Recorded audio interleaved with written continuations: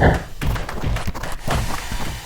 tout le monde, j'espère que vous allez bien. Aujourd'hui on se retrouve dans une nouvelle vidéo et du coup c'est les sorties livresques du mois d'octobre. Donc tout d'abord le 7 octobre il y a Sœur de sang, le tome 3 qui sort de Nikki Popretto. J'ai trop hâte de lire ce tome 3. J'avais lu le tome 1 et 2 il y a quelques années maintenant, je sais plus quand ils étaient sortis. Et j'ai beaucoup aimé, même si le tome 2 m'a un petit peu plus déçue, enfin la première moitié du tome 2. Et du coup c'est une histoire de phénix avec des sœurs et il y a aussi un royaume qui veut plus de dresseurs de phénix. J'ai hâte d'avoir le fin mot de cette histoire parce que je crois que c'est une trilogie. Ensuite il y a Un Noël sans fin qui sort aussi le 7 et c'est de Christina Lauren. Christina Lauren, j'ai lu beaucoup quand même de leurs romans, même s'il m'en reste encore plein d'autres à découvrir. J'aime plutôt bien ce qu'elles font et du coup j'ai très envie de découvrir plus de leurs romans et du coup je me dis pourquoi pas essayer de lire une romance de Noël écrite par Christina Lauren. Je peux peut-être aimer, je sais pas, même si c'est pas du tout un genre que j'affectionne particulièrement. Ensuite j'ai The Bone Season, le tome 3 qui sort le 14 octobre. Alors il faut savoir que The Bone Season, au début je ne voulais pas du tout les lire.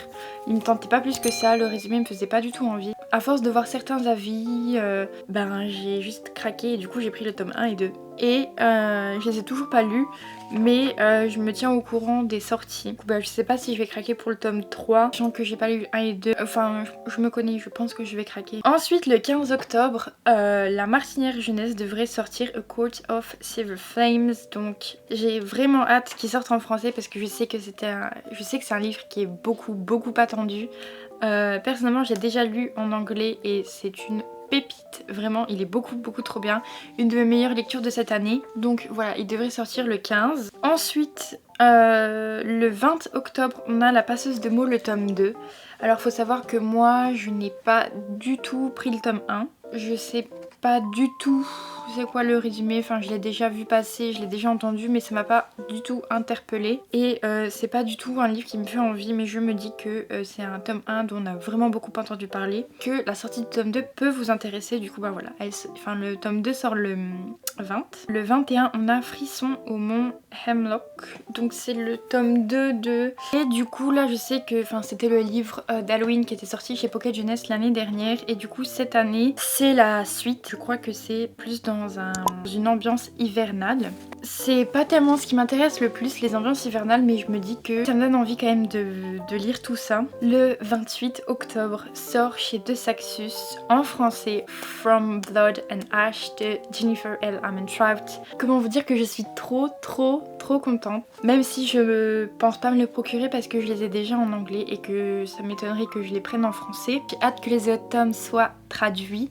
Parce que c'est du GLA et que j'entends tellement de retours positifs, avis tellement élogieux que j'ai qu'une envie, c'est de lire cette saga, que tout le monde puisse découvrir cette saga parce que vraiment elle me fait trop envie. Ensuite on va passer au livre en anglais et du coup le 5 octobre j'ai Kingdom of the Curse. Je sais plus c'est quoi le nom du tome 1, mais en tout cas c'est un livre dont j'avais beaucoup entendu parler et du coup j'avais très hâte que le tome 2 sorte, que je puisse commencer à lire la saga peut-être, parce que je sais pas du tout si ça va être une saga avec plus de tomes ou pas. Donc voilà, le tome 2 sort et je l'ai mis dans ma wishlist parce que ça me fait aussi très envie et me connaissant je pense que je vais craquer sur ce tome 2 alors que je n'ai pas encore lu le tome 1. Ensuite le 5 octobre toujours on a Paybacks a Witch. Donc je ne connaissais pas du tout le livre, je n'ai absolument pas lu le résumé. Tout ce qui m'a fait craquer c'est Witch. En plus la couverture je la trouve super jolie et il m'en a fallu donc très peu. Je me suis dit d'accord, bon c'est un livre, il est fait pour moi. Donc je l'ai mis sur ma wishlist et je pense que je vais craquer parce que je ne peux que craquer avec le titre. Ensuite le 5 toujours on a Vespertine, je sais pas du tout si je le prononce bien. C'est un livre d'une autrice que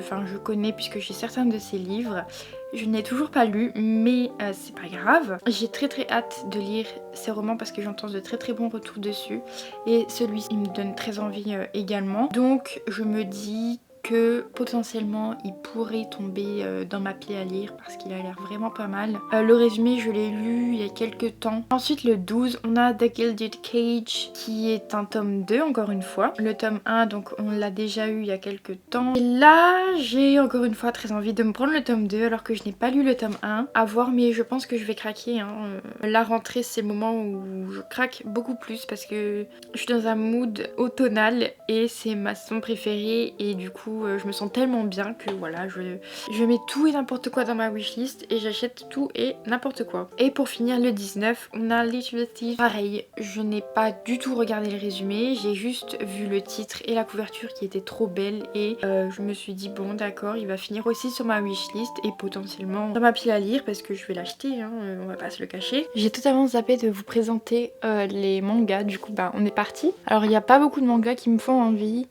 J'ai noté My Hero Academia Vigilant, donc le tome 12 que j'ai pas prévu de me procurer tout de suite parce que du coup c'est un tome 12 et que je privilégie d'abord My Hero Academia. Donc voilà. N'empêche que ça me fait trop envie donc je pense qu'à un moment donné je les lirai. Ensuite il y a Wandering Witch, le tome 2, le tome 1 il était sorti il y a quelques temps et c'est un manga qui m'a toujours fait trop envie. À chaque fois je le vois au magasin et je ne le prends jamais. Je sais pas pourquoi vraiment.